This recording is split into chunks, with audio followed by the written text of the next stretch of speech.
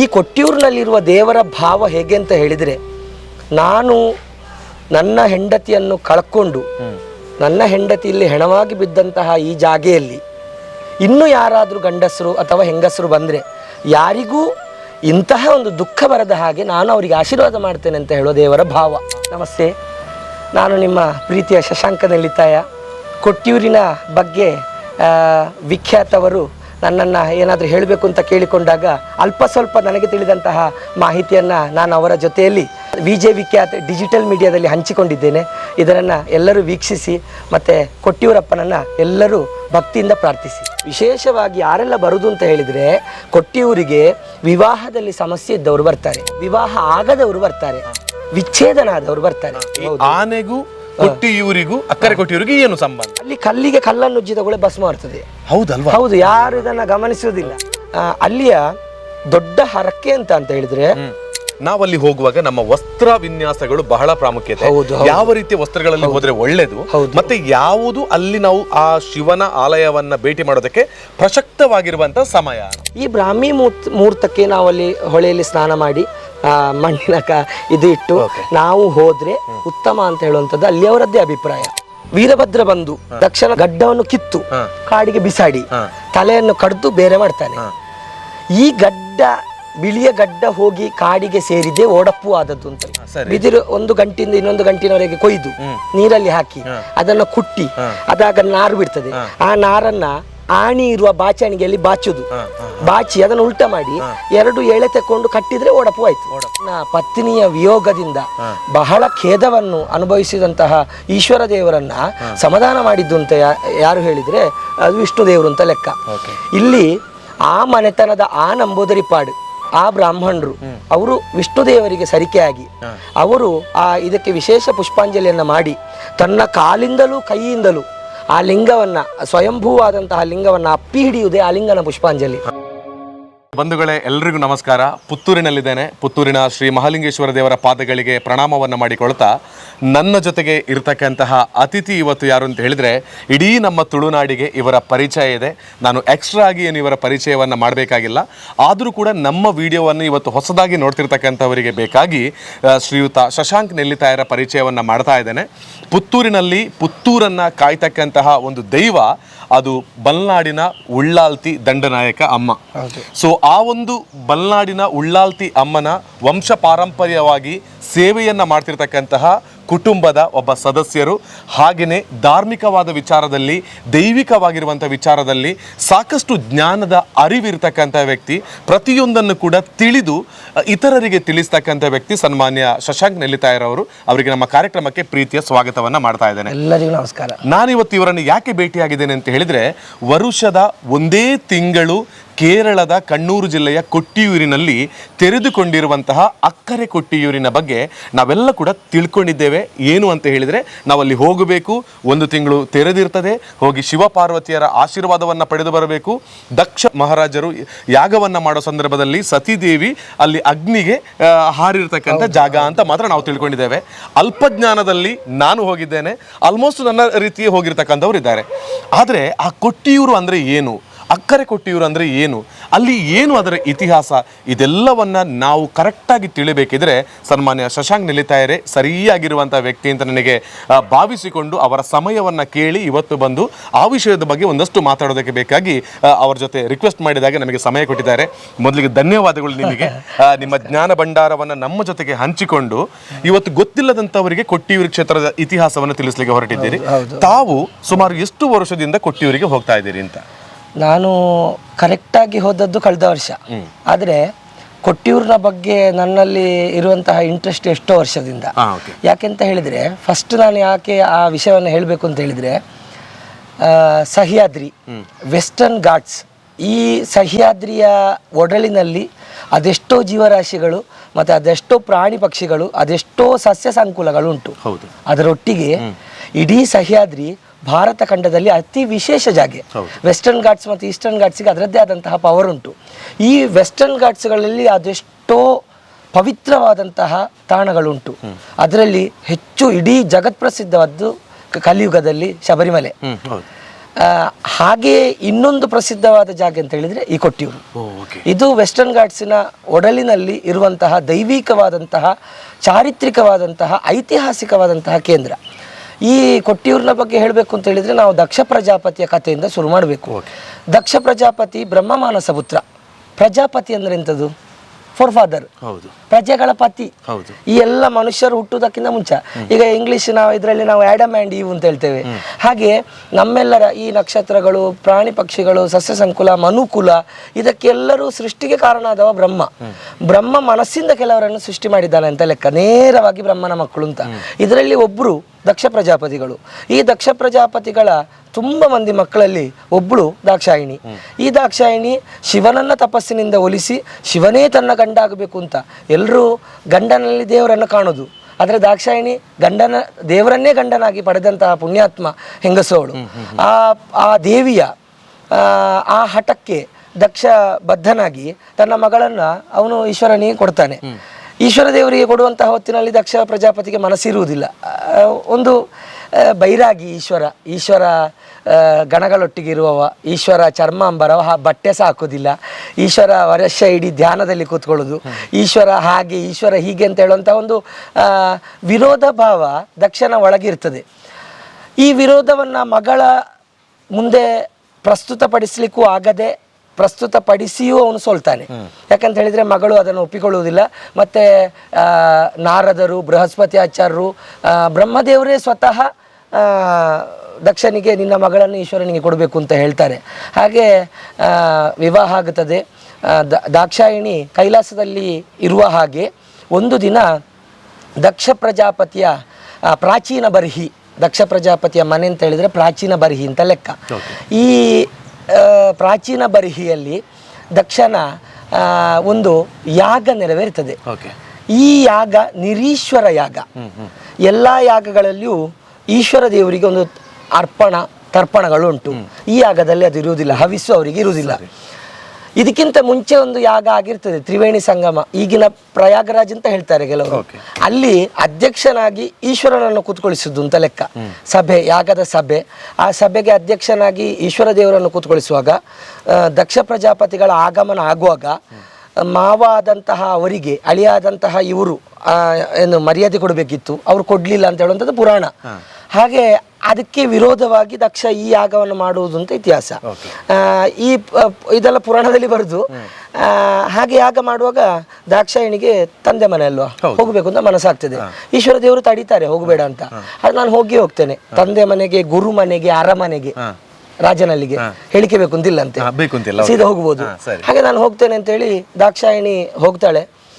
ಈ ಯಾಗಶಾಲೆಗೆ ಬರುವಂತಹ ಹೊತ್ತಿನಲ್ಲಿ ದಾಕ್ಷಾಯಿಣಿಗೆ ಇದು ನಿರೀಶ್ವರ ಯಾಗ, ತನ್ನ ಗಂಡನಿಗೆ ಇಲ್ಲಿ ಮರ್ಯಾದೆ ಇಲ್ಲ, ಇಲ್ಲಿ ಹವಿಸಿಲ್ಲ, ಅರ್ಪಣೆ ಇಲ್ಲ, ತರ್ಪಣೆ ಇಲ್ಲ ಅಂತ ಗೊತ್ತಾಗ್ತದೆ.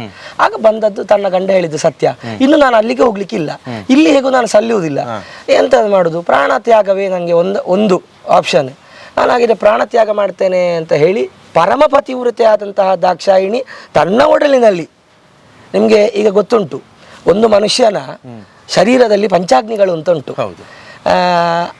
ಯೋಗಾಗ್ನಿ ಅಂತ ಒಂದಿರ್ತದೆ. ಯೋಗ ಮಾಡಿದವರು ಪರಮ ಪತಿವ್ರತೆಯಾಗಿ ಇದ್ದಂತಹ ದಾಕ್ಷಾಯಿಣಿಯಲ್ಲಿ ಆ ಯೋಗಾಗ್ನಿ ಇತ್ತು. ಈ ಯೋಗಾಗ್ನಿಯಿಂದಲೇ ತನ್ನನ್ನು ತಾನು ಆತ್ಮಾಹುತಿ ಮಾಡಿಕೊಳ್ತಾಳೆ ಅವಳು.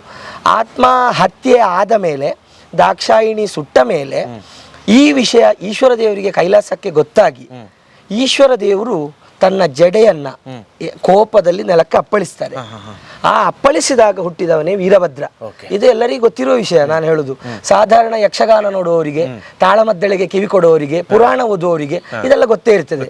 ಹಾಗೆ ಹುಟ್ಟಿದಂತಹ ದೇವರ ವೀರತನದಿಂದ ಭದ್ರವಾದಂತಹ ಶರೀರದಲ್ಲಿ ಹುಟ್ಟಿದವನೇ ವೀರಭದ್ರ. ಘೋರ ಸ್ವರೂಪಿಯಾದಂತಹ ವೀರಭದ್ರ ದೇವರಿಂದ ಅಪ್ಪಣೆಯನ್ನು ಪಡೆದುಕೊಂಡು ದೇವರ ಒಟ್ಟಿಗಿರುವಂತಹ ಸಕಲ ಗಣಗಳೊಟ್ಟಿಗೆ ಈ ಯಾಗ ಶಾಲೆಗೆ ಬಂದು ದಕ್ಷನ ಶಿರವನ್ನು ಕಡಿತಾನೆ. ಈ ಯಾಗಶಾಲೆಯೇ ಇವತ್ತಿನ ನಾವು ಕರೆಯುವಂತಹ ಅಕ್ಕರೆ ಕೊಟ್ಟಿಯೂರು. ಅಕ್ಕರೆ ಕೊಟ್ಟಿಯೂರೇ ಈ ಯಾಗಶಾಲೆ. ಈ 28 ದಿನಗಳೇ ಯಾಗ ನಡೆದಂತಹ ಸಮಯ ಅದು ಪರ್ಟಿಕ್ಯುಲರ್ ಆಗಿ ಸಮಯ ಅಂತ ಹೇಳ್ತಾರೆ. ಅಂದ್ರೆ ವೈಶಾಖ ಮಾಸ, ವೈಶಾಖ ಮಹೋತ್ಸವ. ಒಂದು ವೈಶಾಖ ನಕ್ಷತ್ರದಿಂದ ಇನ್ನೊಂದು ವೈಶಾಖ ನಕ್ಷತ್ರದವರೆಗೆ ಆಗುವ 28 ದಿನಗಳೇ ವೈಶಾಖ ಮಹೋತ್ಸವ. ನಾವು ನಾರ್ಮಲ್ ಆಗಿ ಕರೆಯುವಾಗ ಮೊನ್ನೆಯಿಂದ ನಿಮ್ಮ ವಿಡಿಯೋ ಕೊಟ್ಟಿರು ಜಾತ್ರೆ ನಾವು ಹಾಗೆ ಹೇಳುದು. ಆದ್ರೆ ವಿಶೇಷವಾದಂತಹ ಈ ವೈಶಾಖ ಮಹೋತ್ಸವವೇ ಆಗುವುದು ಈಗ ಮೊನ್ನೆ 8ನೇ ತಾರೀಕಿಗೆ ವಿಶಾಖ ನಕ್ಷತ್ರ. ಇನ್ನು ಜೂನ್ 4ಕ್ಕ ಅಥವಾ ಅದು ಜುಲೈ 8 ವಿಶಾಖ ನಕ್ಷತ್ರ. ಈ ಒಂದು ವಿಶಾಖ ನಕ್ಷತ್ರದಿಂದ ಮೇಷ ಮಾಸದ ವಿಶಾಖ ನಕ್ಷತ್ರದಿಂದ ವೃಷಭ ಮಾಸದ ಒಂದು ನಿಮಿಷ ನಾನು ಅದನ್ನು ನೋಟು ಮಾಡಿಕೊಂಡಿದ್ದೇನೆ. ಯಾಕೆ ಅಂತ ಹೇಳಿದ್ರೆ ಜನಗಳಿಗೆ ನಾವು ತಪ್ಪು ಮಾಹಿತಿ ಕೊಡಬಾರ್ದಲ್ಲ. ವೃಷಭ ಮಾಸದ ವಿಶಾಖ ನಕ್ಷತ್ರದಿಂದ ಮಿಥುನ ಮಾಸದ ಇದು ಈಗ ಮಿಥುನ ಮಾಸ ಇನ್ನು ಬರುವಂತದ್ದು. ಈ ನಕ್ಷತ್ರದವರೆಗೆ ಆಗುವಂಥದ್ದು ಇದು ವೈಶಾಖ ಮಹೋತ್ಸವ ಅಂತ. ಈ ವೈಶಾಖ ಮಹೋತ್ಸವದ ಒಂದು ವಿಶೇಷತೆ ಏನು ಅಂತ ಹೇಳಿದ್ರೆ ಅಲ್ಲಿ ಸ್ಥಿರವಾದಂತಹ ದೇವಸ್ಥಾನ ಇಲ್ಲ. ಸ್ಥಿರವಾದಂತಹ ದೇವಸ್ಥಾನ 4 ಕಟ್ಟಿನ ಸುತ್ತು ಪಡಿಪುರೆಯ ದೇವಸ್ಥಾನ ಇರುವುದು ಇಕ್ಕರೆಗೊಟ್ಟಿಯೂರಲ್ಲಿ. ಇಕ್ಕರೆಗೊಟ್ಟಿಯೂರಿನ ಆ ಶಿವನಿಗೆ ಈ 28 ದಿನಗಳು ವಿಶೇಷವಾಗಿ ಅಕ್ಕರೆಗೊಟ್ಟಿಯೂರಿನಲ್ಲಿ ಸೇವೆ ಆಗುವಂತದ್ದು. ಆಗ ಇಲ್ಲಿ ಎಂತದ್ದು ಆಗುದಿಲ್ಲ. ಈಗ ಹೋದವರಿಗೆ ಗೊತ್ತುಂಟು, ಇಲ್ಲಿ ಬಾಗಿಲು ಹಾಕಿರ್ತದೆ. ಆದ್ರೆ ಇಕ್ಕರೆಕೊಟ್ಟಿಯೂರಲ್ಲಿ ಇರತಕ್ಕಂಥದ್ದು ಪಾರ್ವತಿ ದೇವಿಯ ಶಿವನೇ. ಇಲ್ಲಿ ಪಾರ್ವತಿ ಇದ್ದಾಳೆ ಒಂದು ಪರಿವಾರ ದೇವತೆಯಾಗಿ. ಅಲ್ಲಿಯೂ ಹಾಗೆ. ಈಗ ಈಶ್ವರ ನಾವು ಹೋದ ಕೂಡಲೇ ಅಲ್ಲಿ ನಾವು ಕ್ಯೂ ಅಲ್ಲಿ ನಿಂತು ಅಲ್ಲಿ ಪ್ರಧಾನವಾಗಿ ನಮಗೆ ನಡುವಿನಲ್ಲಿ ಆ ಜಲಾಶಯದ ನಡುವಿನಲ್ಲಿ ನಮಗೆ ಕಾಣುವಂಥದ್ದು ಸಾಧಾರಣ 3 ಡೇರೆ, 3 ತಟ್ಟಿಯ ಪರ್ಣಶಾಲೆ. ಈ 3 ತಟ್ಟಿಯ ಪರ್ಣಶಾಲೆಯಲ್ಲಿ ಗೋಡೆ ಇಲ್ಲದ ಹಾಗೆ ಖಾಲಿ ಕಂಬದಲ್ಲಿ ಬಂದು ಮಾಡಿರುವಂಥದ್ದೇ ಮಣಿತರ. ಅದರಲ್ಲಿಯೇ ಈಶ್ವರ ದೇವರು ಸ್ವಯಂಭೂವಾಗಿ ಎದ್ದಂತಹ ಲಿಂಗ ಇರುವುದು. ಮತ್ತೆ 2 ಪೂಜೆಗೆ, ಯಾಗಕ್ಕೆ ಮತ್ತೆ ನೈವೇದ್ಯ ಬೇಯಿಸಲಿಕ್ಕೆ ಉಪಯೋಗ ಮಾಡುವಂತಹ 2 ತಟ್ಟಿಯ ಒಂದು ಟೆಂಪರರಿ ಕೊಠಡಿಗಳು. ಅದರ ಸುತ್ತ ಇರುವಂಥದ್ದು ಇದಕ್ಕೆ ಸಂಬಂಧಪಟ್ಟಂತಹ ಆಚಾರ ಭಟ್ಟವರು, ಚಾಕರಿಯವರು, ಪೂಜೆಯವರು, ಡೋಲ್ಗಂಟೆಯವರು, ನಂಬೀಶರು, ಹೂ ಕಟ್ಟುವವರು, ಮತ್ತೆ ಇದಕ್ಕೆ ಸಂಬಂಧಪಟ್ಟ 4 ಮನೆತನದ ಮುಕ್ತೇಸರುಗಳಿದ್ದಾರೆ ಅಲ್ಲಿ. ಇವರೆಲ್ಲರಿಗೆ ಇರ್ಲಿಕ್ಕೆ ಟೆಂಪರರಿಯ ವಾಸಸ್ಥಳ ಇದು. ವರ್ಷಕ್ಕೊಮ್ಮೆ ಮಾತ್ರ ಅದನ್ನು ಚಂದ ಮಾಡುದು, ಮತ್ತೆ ಅದನ್ನು ಎಲ್ಲ ಬಿಚ್ಚಿತಾರೆ ಕಾಣಬೇಕು. ಈ ವೈಶಾಖ ಮಹೋತ್ಸವದ ಪ್ರತಿಯೊಂದು ನಕ್ಷತ್ರಕ್ಕೂ ಅಲ್ಲಿ ವಿಶೇಷ ಉಂಟು. ಈ ರೋಹಿಣಿ ನಕ್ಷತ್ರವು ತುಂಬಾ ಪ್ರಧಾನವಾದಂತಹ ಕ್ರಮ, ಒಂದು ವಿಶೇಷವಾದಂತಹ ಸಂಪ್ರದಾಯ ನಡೆಯುವಂತಹ ವಿಶೇಷ ದಿನ ರೋಹಿಣಿ ನಕ್ಷತ್ರ ಬರೋ ದಿನ. ಇದಕ್ಕೆ ಸಂಬಂಧಪಟ್ಟಂತಹ ಕಣ್ಣೂರಿನ ಒಂದು ನಂಬೂದರಿಗಳ ಒಂದು ಪ್ರಧಾನ ಮನೆಯಿಂದ ಅದರ ಹಿರಿಯರು, ಅವರು ತಂತ್ರಿಗಳಿಗೆ ಸಮ, ಇಲ್ಲಿ ನಾನೀಗ ಹೇಳ್ಬೇಕಿದ್ರೆ ಅಂತಹ ಮನೆತನದ ಹಿರಿಯ ವ್ಯಕ್ತಿಯೇ ಆಗಬೇಕು. ಆ ಹಿರಿಯ ವ್ಯಕ್ತಿಗಳು ಬಂದು ಆಲಿಂಗನ ಪುಷ್ಪಾಂಜಲಿ ಅಂತ ಹೇಳುವಂತಹ ಒಂದು ಕ್ರಮ ಅಲ್ಲಿ ನಡೀತದೆ. ತುಂಬಾ ಬೇಸರದಿಂದ ಇದ್ದಂತಹ ಶಿವನನ್ನು ಆವತ್ತು ಸತಿ ತೀರಿ ಹೋಗುವಾಗ ಈಶ್ವರನನ್ನು ಆಲಿಂಗನ ಮಾಡಿದ್ಯಾರು ಅಂತ ಹೇಳಿದ್ರೆ ವಿಷ್ಣು ದೇವರಂತೆ. ಅವನನ್ನು ಸಮಾಧಾನ ಮಾಡಿದ್ದು, ತನ್ನ ಪತ್ನಿಯ ವಿಯೋಗದಿಂದ ಬಹಳ ಖೇದವನ್ನು ಅನುಭವಿಸಿದಂತಹ ಈಶ್ವರ ದೇವರನ್ನ ಸಮಾಧಾನ ಮಾಡಿದ್ದು ಅಂತ ಯಾರು ಹೇಳಿದ್ರೆ ಅದು ವಿಷ್ಣು ದೇವರು ಅಂತ ಲೆಕ್ಕ. ಇಲ್ಲಿ ಆ ಮನೆತನದ ಆ ನಂಬೋದರಿಪಾಡು, ಆ ಬ್ರಾಹ್ಮಣರು ಅವರು ವಿಷ್ಣು ದೇವರಿಗೆ ಸರಿಕೆಯಾಗಿ ಅವರು ಇದಕ್ಕೆ ವಿಶೇಷ ಪುಷ್ಪಾಂಜಲಿಯನ್ನ ಮಾಡಿ ತನ್ನ ಕಾಲಿಂದಲೂ ಕೈಯಿಂದಲೂ ಆ ಲಿಂಗವನ್ನ, ಸ್ವಯಂಭೂವಾದಂತಹ ಲಿಂಗವನ್ನ ಅಪ್ಪಿ ಹಿಡಿಯುವುದೇ ಆಲಿಂಗನ ಪುಷ್ಪಾಂಜಲಿ. ಇದು ಬೇರೆ ಯಾವ ಕ್ಷೇತ್ರದಲ್ಲಿಯೂ ಇಲ್ಲ, ಇಡೀ ಕೇರಳದಲ್ಲಿ ಯಾವ ಕ್ಷೇತ್ರದಲ್ಲಿಯೂ ಇಲ್ಲ. ಇದು ರೋಹಿಣಿ ನಕ್ಷತ್ರದ ದಿನ ಆಗುವಂಥದ್ದು. ಕ್ಯಾಲೆಂಡರ್ ನೋಡಿದ್ರೆ ಯಾವತ್ತು ರೋಹಿಣಿ ಅಂತಿದ್ರೆ ಆ ದಿವಸ ಅಲ್ಲಿ ಕೊಟ್ಟಿಯೂರಲ್ಲಿ ಆಲಿಂಗನ ಪುಷ್ಪಾಂಜಲಿ ಇರ್ತದೆ. ಈಗ ಇತ್ತೀಚೆಗೆ ಒಂದು 2-3 ವರ್ಷದಿಂದ ಅವರಿಗೆ ತುಂಬಾ ಪ್ರಾಯ ಆದ ಕಾರಣ ಒಂದು 3 ವರ್ಷದ 4 ವರ್ಷದ ಹಿಂದಿನವರೆಗೆ ಅವರನ್ನು ಎತ್ತಿಕೊಂಡು ಬಂದಲ್ಲಿ ಇಟ್ಟು ಆಗ್ತಿತ್ತು. ಯೂಟ್ಯೂಬ್ ಅಲ್ಲೆಲ್ಲ ವಿಡಿಯೋಸ್ ಉಂಟು, ಬೇಕಾದಷ್ಟು ವಿಡಿಯೋಸ್ ಉಂಟು. ಇಂತಹ ಎಷ್ಟೋ ಮಲಯಾಳದಲ್ಲಿ ಹೇಳಿದ್ರೆ ಚಡಂಗುಗಳು ಅಂದ್ರೆ ಕ್ರಮಗಳು ಇರುವುದು ಈ ವೈಶಾಖ ಮಹೋತ್ಸವದಲ್ಲಿ.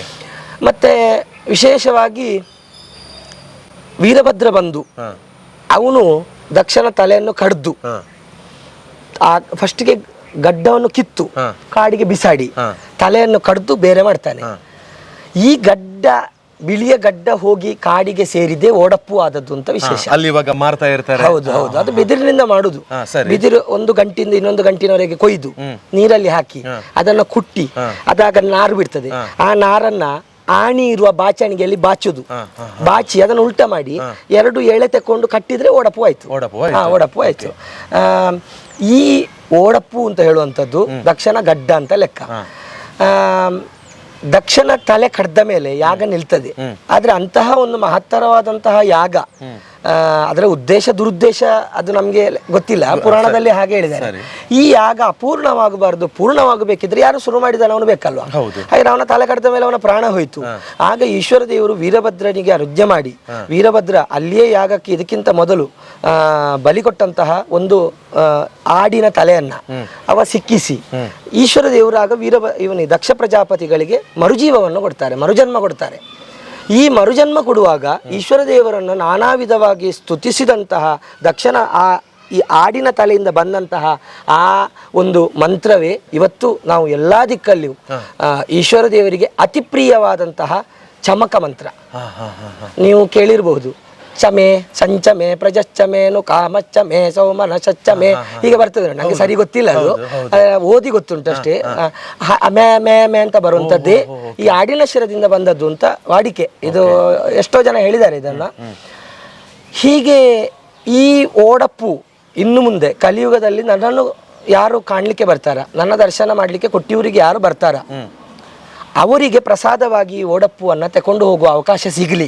ಈ ಓಡಪ್ಪುವನ್ನ ಯಾರು ಮನೆಯಲ್ಲಿ ಕಟ್ತಾರ ಅವರಿಗೆ ನನಗೆ ಬಂದಂತಹ ವಿಷಾದಗಳು ಯಾವುದು ಬರದೇ ಇರಲಿ ಅಂತ ಈಶ್ವರ ದೇವರ ಅನುಗ್ರಹ. ಈ ಕೊಟ್ಟಿಯೂರಿನಲ್ಲಿ ವಿಶೇಷವಾಗಿ ಯಾರೆಲ್ಲ ಬರುದು ಅಂತ ಹೇಳಿದ್ರೆ, ಕೊಟ್ಟಿಯೂರಿಗೆ ವಿವಾಹದಲ್ಲಿ ಸಮಸ್ಯೆ ಇದ್ದವರು ಬರ್ತಾರೆ, ವಿವಾಹ ಆಗದವರು ಬರ್ತಾರೆ, ವಿಚ್ಛೇದನ ಆದವರು ಬರ್ತಾರೆ. ಯಾಕೆ ಅಂತ ಹೇಳಿದ್ರೆ ಒಂದೊಂದು ದೇವರಿಗೆ ಒಂದೊಂದು ಭಾವ ಉಂಟು. ಹೌದಾ? ಈಗ ನೀವು ಮನೆಯಲ್ಲಿ ನಿಮ್ಮ ತಾಯಿಗೆ ಮಗ, ಜನಗಳಿಗೆ ನೀವೊಂದು ಆಂಕರ್, ನಾಳೆ ನಿಮ್ಮ ಹೆಂಡತಿಗೆ ನೀವೊಂದು ಗಂಡ, ನಿಮ್ಮ ಒಂದೊಂದು ಭಾವ, ಅದು ಒಂದೊಂದು ರೋಲು.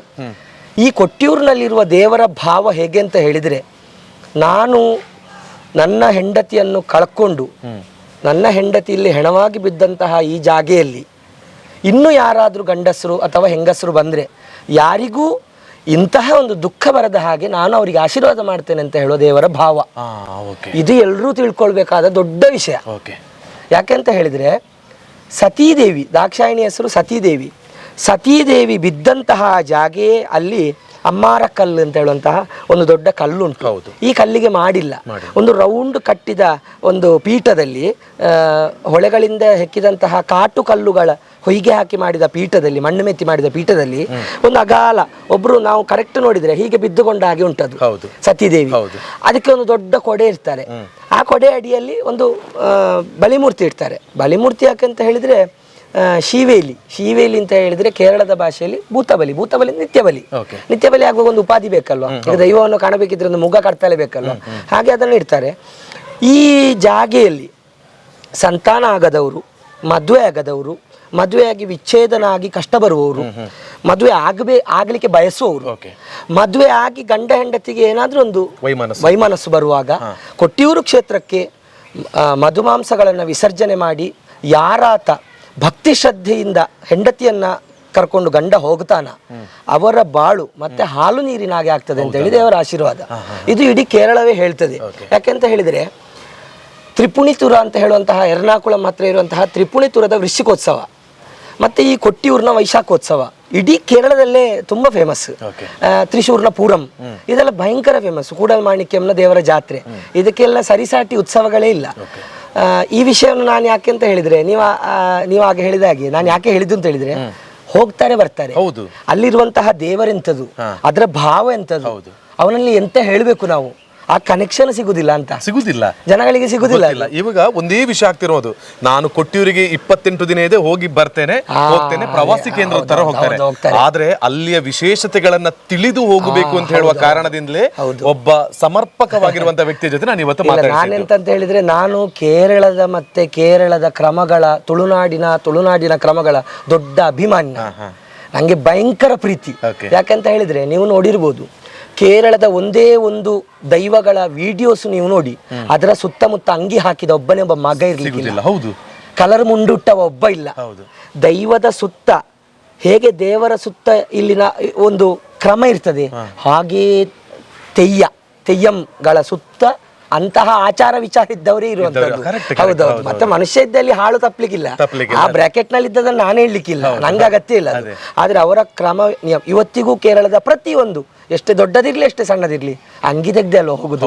ಇಲ್ಲಿ ಎಷ್ಟು ಚರ್ಚೆ ಬರ್ತದೆ ನಮ್ಮ ಊರಲ್ಲಿ, ಅಂಗಿ ಯಾಕೆ ನಾವು ತೆಗಿಬೇಕು ಅಂತ ಹೇಳೋ ಬಗ್ಗೆ ಪ್ರಶ್ನೆಗಳು, ಅದೇ ಪ್ರಶ್ನೆಗಳು. ಆದ್ರೆ ಕೇರಳದಲ್ಲಿ ಅಂತ ಕ್ರಮ ಇಲ್ಲ, ಹೋಗೋನಿಗೆ ಗೊತ್ತುಂಟು. ಅದು ದೈವತ್ತುಂಡೆ ಅಂಬಲಂ, ಇದು ತೆಗಿಲೇಬೇಕು. ಆ ಶ್ರದ್ಧೆ ಕೇರಳದಲ್ಲಿ ಕಂಡಬಟ್ಟೆ ಉಂಟು. ಅದಕ್ಕೆ ಸರಿಯಾಗಿ ಶ್ರದ್ಧೆ ಇಲ್ಲದವರು ಇದ್ದಾರೆ, ಅದೆಲ್ಲರಿಗೂ ಗೊತ್ತುಂಟು. ನನ್ನದೊಂದು ಎಲ್ಲರತ್ತ ವಿಜ್ಞಾಪನೆ, ಕೊಟ್ಟಿಯೂರಿಗೆ ಹೋಗುವಂತಹ ಎಲ್ಲರೂ ನಮ್ಮ ಸುತ್ತ ಇರುವಂತಹ ಗಂಡ ಹೆಂಡತಿಗಳ ದಂಪತಿಗಳ ಬಗ್ಗೆ ನಮ್ಮ ಪ್ರಾರ್ಥನೆ ಅಲ್ಲಿಗೆ ಸಲ್ಲಬೇಕು. ಈಗ ನಾವು ಹೋಗುವಾಗ ವಿಶೇಷವಾಗಿ ಅಲ್ಲಿ ನೆಲೆಯೂರಿದಂತಹ ಮಹಾದೇವನಿಗೆ ನಮ್ಮ ತಂದೆ ತಾಯಿ ನಮ್ಮ ಮನೆಯಲ್ಲಿದ್ರೆ ಆ ದಂಪತಿಗಳನ್ನು ಕಡೆಯವರೆಗೆ ಚಂದದಲ್ಲಿ ನೋಡುವ ಅನುಗ್ರಹ ನಮಗೆ ಮಾಡು ಅಂತ ನಾವು ಕೇಳಬೇಕು. ನಮ್ಮ ಒಂದು ತಂಗಿ ಇದ್ರೆ ಅವಳಿಗೆ ಒಂದು ಒಳ್ಳೆ ರೀತಿಯಾದಂತಹ ಒಂದು ವರನನ್ನ ಹುಡುಕಿ ನೀನು ಕೊಡಬೇಕು ಅಂತ ನಾವು ಕೇಳಬೇಕು. ನಮ್ಗೆ ಮದುವೆ ಆಗಿದ್ರೆ ನನ್ನ ಹೆಂಡತಿಯನ್ನು ನಾಳೆ ನನ್ನ ಕಣ್ಣಿನಲ್ಲಿಟ್ಟು ಕಣ್ಣಾರಿಟ್ಟು ಕುಳಿದು ಕಾಪುಣ ಅಂತ ಒಂದು ಮಾತು ಉಂಟು ನೋಡಿ. ಹಾಗೆ ನಾವು ಕಾಯುವ ಹಾಗೆ ನಮ್ಮ ಈಗೋ, ನಮ್ಮ ಒಂದು ಹೇಳ್ತಾರೆ ನೋಡಿ ಏನು, ಗಂಡಸಿಗಿರುವ ಒಂದು ದರ್ಪ, ಮತ್ತೆ ನಮ್ಮಲ್ಲಿರುವ ಹಠ ಚಟ ಎಲ್ಲವನ್ನ ಬಿಟ್ಟು ಹೆಂಡತಿಗೆ ಸಸೂತ್ರವಾದಂಥ ಒಂದು ಗಂಡನಾಗಿರುವ ಆರೋಗ್ಯವನ್ನ ಅನುಗ್ರಹವನ್ನ ನೀನು ಕೊಡು ಅಂತ ಕೇಳಿದ್ರೆ ಅಲ್ಲಿಂದ ಖಂಡಿತವಾಗಿ ಅನುಗ್ರಹ ಆಗೇ ಆಗುತ್ತದೆ. ಇದು ಕೇರಳದಲ್ಲಿರುವ ಮಾತು, ನಾನು ನನ್ನ ಕಿಸೆಯಿಂದ ಹೇಳುದಲ್ಲ. ಮತ್ತೊಂದು ವಿಶೇಷ ಎಂತ ಅಂತ ಹೇಳಿದ್ರೆ, ಅಲ್ಲಿ ಒಂದೊಂದು ವಸ್ತು ಅಲ್ಲಿಗೆ ಎತ್ತಬೇಕಿದ್ರು ಅದನ್ನು ಇಂಥವನ್ನೇ ಹೀಗೆ ತಂದು ಕೊಡಬೇಕು ಅಂತ ಉಂಟು. ಈಗ ಅಲ್ಲಿ ಆ ದಕ್ಷಿಣ ಶಿರವನ್ನು ವೀರಭದ್ರ ಕಡ್ದಂತಹ ಕತ್ತಿ ಅಲ್ಲಿಯೇ ಹತ್ತಿರ ಇರುವಂತಹ ಮುದಿರೇರಿ ಕಾವು ಅಂತ ಮತ್ತೆ ಆಗ ನಾನು ಹೇಳಿದಲ್ಲ, ಒಂದು ಪ್ರಾಯದವರು, ಒಂದು ಪರ್ಟಿಕ್ಯುಲರ್ ಕಣ್ಣೂರಿಗೆ ಸಂಬಂಧಪಟ್ಟ ಒಂದು ಮನೆತನದವರು ಅಂತ, ಅದು ಕುರುಮಾತ್ತೂರು ಮನ ಆಯ್ತು. ಹೀಗೆ ಮುತಿರೇರಿ ಕಾವಿಂದ ಈ ಅದನ್ನ ಪೂಜೆ ಮಾಡುವಂತಹ ಮೇಲ್ಶಾಂತಿಗಳು, ಮೇನ್ ಅರ್ಚಕರು, ಅಲ್ಲಿಂದ ಇಲ್ಲಿಗೆ ನಡ್ಕೊಂಡು ಅದನ್ನು ಹಿಡ್ಕೊಂಡು ಬರುದು. ಈಗ ಕೊಟ್ಟಿಯೂರಿನ ಬಗ್ಗೆ ರೀಲ್ಸ್ ನೋಡಿದವನಿಗೆಲ್ಲ ಒಬ್ರು ಕಚ್ಚೆ ಹಾಕಿ ಒಂದು ಸ್ವಲ್ಪ ಸೊಪ್ಪಿನೊಟ್ಟಿಗೆ ಆ ಒಂದು ಕತ್ತಿ ಹಿಡ್ಕೊಂಡು ಬರೋದು ಕಾಣ್ತದೆ. ಅದು ಅವರು ಬರಬೇಕು. ಆ ವಾಳು ಇಲ್ಲಿಗೆ ಬಂದ ಮೇಲೆ ಹೆಂಗಸರು ಬರ್ಲಿಕ್ಕೆ, ಅದಕ್ಕಿಂತ ಮುಂಚೆ ಹೆಂಗಸರು ಹೋಗ್ಲಿಕ್ಕಿಲ್ಲ. ಮತ್ತೊಂದು ನನಗೆ ಹೆಂಗಸರು ಅಂತ ಹೇಳಿದಾಗ ಕೇಳಿದೆ ನಾನು, 8ನೇ ತಾರೀಕಿಂದ 10ನೇ ತಾರೀಕುವರೆಗೆ ಅಲ್ಲಿ ಲೇಡೀಸ್ ಬರ್ಲಿಕ್ಕಿಲ್ಲ. ಜೂನ್ 30ರಿಂದ 4ನೇ ತಾರೀಕುವರೆಗೆ ಲೇಡೀಸ್ ಬರ್ಲಿಕ್ಕಿಲ್ಲ. ಅದು ಯಾಕೆ ಲೇಡೀಸ್ಗಳಿಲ್ಲ ಅಂತ? ಕೆಲವು ಸೂಕ್ಷ್ಮವಾದಂತಹ ವಿಚಾರಗಳು ಮತ್ತೆ ಸೂಕ್ಷ್ಮವಾದಂತಹ ಪದ್ಧತಿಗಳಲ್ಲಿ ನಡೆಯುವ ಕಾರಣ ಈ ಇಡೀ ಸೃಷ್ಟಿ, ಮನುಕುಲದ ಸೃಷ್ಟಿಗೆ ಗಂಡು ಹೇಗೋ ಕಾರಣ, ಹೆಣ್ಣು ಅಷ್ಟೇ ಕಾರಣ. ಹೌದಲ್ವಾ? ಈ ಗಂಡಿನ ಶರೀರ ಗಡಸು ಶರೀರ, ಗಂಡಸು ಅಂತ ಹೇಳುದು ಅದಕ್ಕೆ ಅಲ್ಲ. ಹೆಂಗಸಿನ ಶರೀರ ಮತ್ತೆ ಶರೀರ ಎರಡು ಬಹಳ ಮೃದು. ಈ ಗರ್ಭಕೋಶವನ್ನು ಹೊಂದಿದಂತಹ ಹೆಂಗಸಿನ ಶರೀರಕ್ಕೆ, ಆ ಚೈತನ್ಯಕ್ಕೆ, ಇನ್ನೊಂದು ಜೀವಿಗೆ ಹೆರುವಂತಹ ಇನ್ನೊಂದು ಜೀವಿಯನ್ನ ತನ್ನ ಹೊಟ್ಟೆಯಲ್ಲಿ ಬೆಳೆಸಿ ಹೆರ್ಲಿಕ್ಕೆ ತಾಕತ್ತಿರುವಂತಹ ಹೆಂಗಸಿನ ಆ ಗರ್ಭಕೋಶಕ್ಕೆ ಮತ್ತೆ ಆ ಒಂದು ಹೆಂಗಸಿನ ಶಾರೀರಕ್ಕೆ ಯಾವುದೇ ರೀತಿಯ ತೊಂದರೆ ಬರಬಾರ್ದು ಅಂತ ಹೇಳಿ ಅಂತಹ ಜಾಗೆಗಳಿಗೆ ಹೆಂಗಸಿನ ನಿರ್ಬಂಧ ಇರ್ಬೋದು ಅಂತ ಕೊಟ್ಟಿಯೂರಿನ ಎಷ್ಟೋ ಜನ ಆಸ್ತಿಕವಾಗಿ ತಿಳಿದವರ ವಿಷಯ ಇದು. ನಾನು ಎಷ್ಟೋ ಜನರ ಹತ್ರ ಕೇಳಿದ್ದೇನೆ. ಯಾಕಂತ ಹೇಳಿದ್ರೆ ಅಲ್ಲಿ ಅಂತ ಮಾತ್ರ ಅಲ್ಲ, ಎಷ್ಟೋ ಅಂತ ಸೂಕ್ಷ್ಮ ಪ್ರದೇಶಕ್ಕೆ ಹೆಂಗಸರಿಗೆ ನಿರ್ಬಂಧ ಉಂಟು. ಎಲ್ಲ ಟೈಮಲ್ಲಿ ಇಲ್ಲ ನೋಡಿ, ಬೇಡ. ಈಗ ಶಬರಿಮಲೆಗೆ ಹೋಗ್ಲೇಬಾರ್ದು, 6ರಿಂದ 60ನ ಒಳಗೆ ಹೋಗ್ಲೇಬಾರ್ದು. ಒಂದ ಸಣ್ಣ ಹುಡುಗಿ ಅಥವಾ ಈ ಪ್ರಾಕೃತಿಕವಾದಂತಹ ಶರೀರದ ಒಂದು ಇದು ನಿಂತವರು ಮೆನ್ಸಸ್ ನಿಂತವರು ಅವರು ಮಾತ್ರ ಹೋಗ್ಲಿಕ್ಕೆ ವಿನಃ ಈ ಮೆನ್ಸಸ್ ಆಗುವಾಗ ಹೆಂಗಸರು ಶರೀರ ಮತ್ತೆ ಹೆಂಗಸು ಅಂತ ಹೇಳುವಂತದ್ದು ತುಂಬಾ ಸೂಕ್ಷ್ಮವಾಗಿರ್ತಾರೆ. ಇದು ಪ್ರಕೃತಿ. ಇದನ್ನ ರಾಜಕೀಯವಾಗಿ ನೋಡಿದ್ರೆ ಮಾತ್ರ ಎಲ್ಲ ಹಾಳಾಗುವುದು. ಒಂದು ಇದನ್ನ ದೈವಿಕವಾಗಿ ನೋಡ್ಬೇಕು ಯಾವತ್ತಿದ್ರು. ನಮ್ಮ ನೋಡುವ ನೋಟ ಹಾಗಿರ್ಬೇಕು. ಧಾರ್ಮಿಕ ವಿಷಯ ನಮ್ಮ ಹಿಂದಿನವರು ಏನು ಗೊತ್ತಿರದವರಲ್ಲ. ನಮ್ಗೆ ನೋಡಿ, ಈಗ ನಾನು ಎಷ್ಟೋ ದಿಕ್ಕಿಗೆ ಹೋಗ್ತೇನೆ ಕಾರ್ಯಕ್ರಮಕ್ಕೆ, ಒಂದು ಬಾಳೆ ಎಲೆಯಿಂದ ಕೀತು ಹರಿಲಿಕ್ಕೆ ಗೊತ್ತಿಲ್ಲ ಈಗಿನವರಿಗೆ. ಕಡೆಯಿಂದ ಹರಿಬೇಕಾ ಕೊಡಿಯಿಂದ ಹರಿಬೇಕಾ ಅಂತ ಹೇಳಿದ್ದು. ನಮ್ಮ ಹಿರಿಯರು ಹಾಗೆಲ್ಲ. ನಮ್ಮ ಹಿರಿಯರು ತುಂಬಾ ತಿಳಿದವರು. ಅವರ ತಿಳುವಳಿಕೆ ನಮ್ಮದು ಎಂತ ಸಲ್ಲ. ಮತ್ತೆ ಕೊಟ್ಟಿಯೂರಿನಲ್ಲಿರುವ ಈ ವಿಷಯದ ಬಗ್ಗೆ ನಾನು ತಿಳ್ಕೊಂಡದ್ದು ಅಲ್ಲಿಯವರಿಂದಲೇ.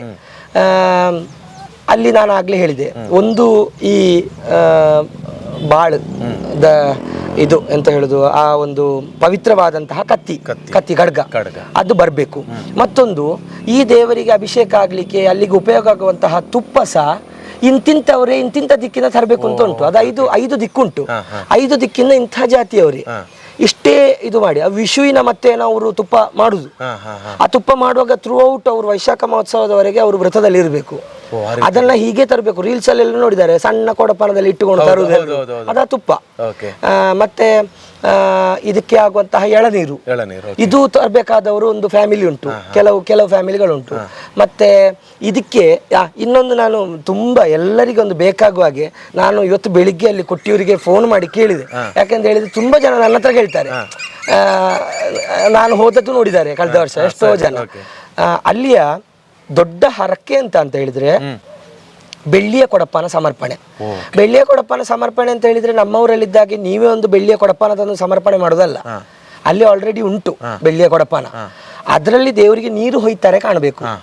ಆ ಒಂದು ಕೊಡಪಾನ ನೀರು ಹೊಯ್ಯುವ ನಿಮ್ಮ ಲೆಕ್ಕದಲ್ಲಿ ಹೊಯ್ಯುವ ಆ ಅಭಿಷೇಕವೇ ಇದು ಬೆಳ್ಳಿ ಕೊಡ ಸಮರ್ಪಣೆ ಅಂತ ಹೇಳುವಂತಹ ಒಂದು ಹರಕೆ, ಸೇವೆ.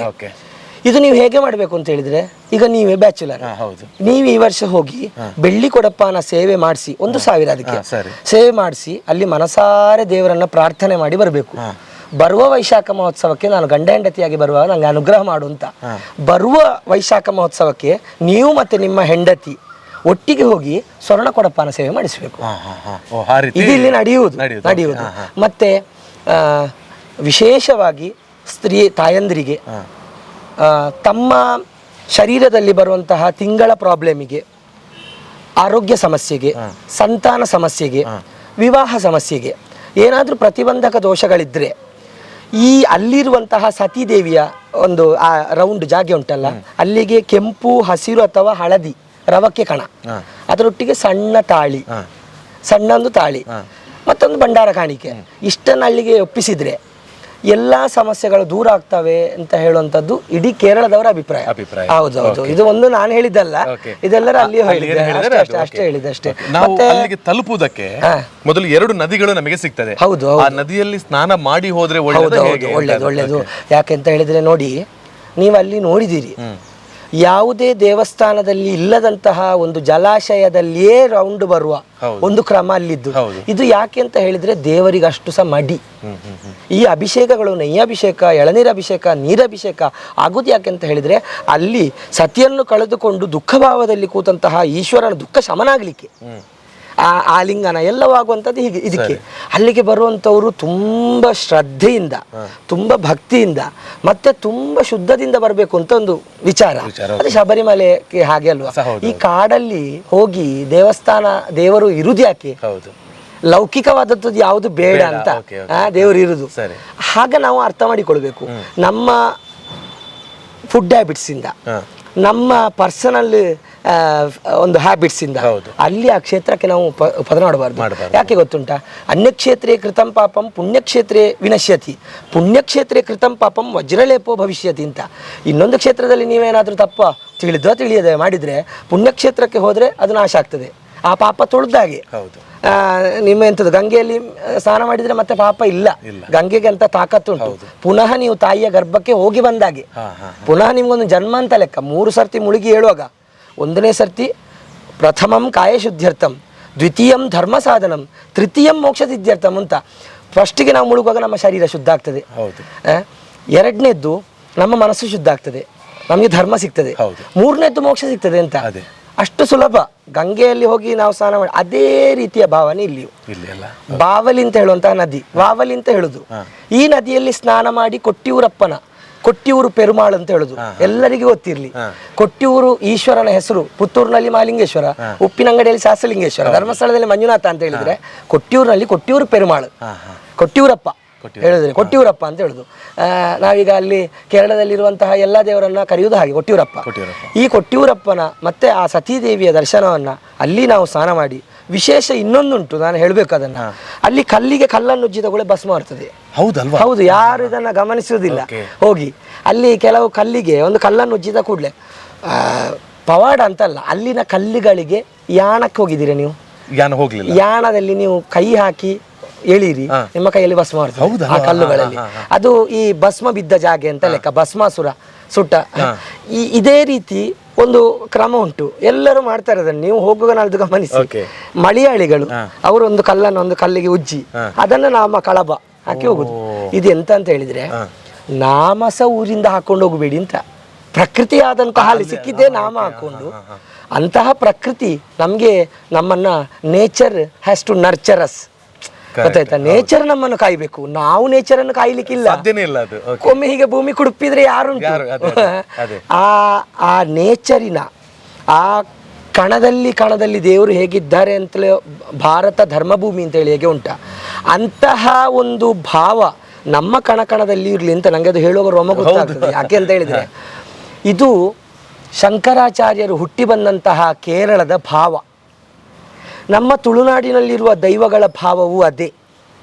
ಈ ಭಾವನೆಯಲ್ಲಿ ಯಾರು ನೋಡುವುದಿಲ್ಲ, ನಿಮ್ಗೆ ಅದು ಕಾಣುವುದಿಲ್ಲ.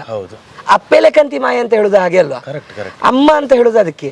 ಈ ನಮ್ಮ ಪ್ರಕೃತಿಯು ಹಾಗೆ. ನಾನು ಆಗಲೇ ಹೇಳಿದ ಹಾಗೆ, ವೆಸ್ಟರ್ನ್ ಘಾಟ್ಸ್ ಸಹ್ಯಾದ್ರಿಯ ಹೊಟ್ಟೆಯಲ್ಲಿ ಕಂಡಬಟ್ಟಂತಹ ಶಕ್ತಿ ಕೇಂದ್ರಗಳು ಉಂಟು.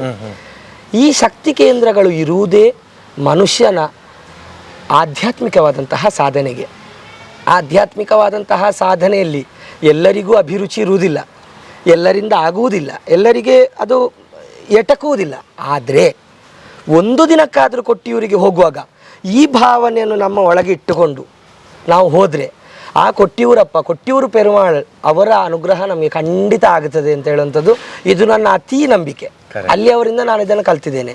ಮತ್ತು ಅಲ್ಲಿ ನಾವು ತುಂಬ ಟೈಮ್ ಸ್ಪೆಂಡ್ ಮಾಡಿದ್ದೇವೆ. ನಾನು ನನ್ನ ಕಸಿನ್ಸ್ ಹೋಗಿ ತುಂಬ ಟೈಮ್ ಸ್ಪೆಂಡ್ ಮಾಡಿದ್ದೇವೆ.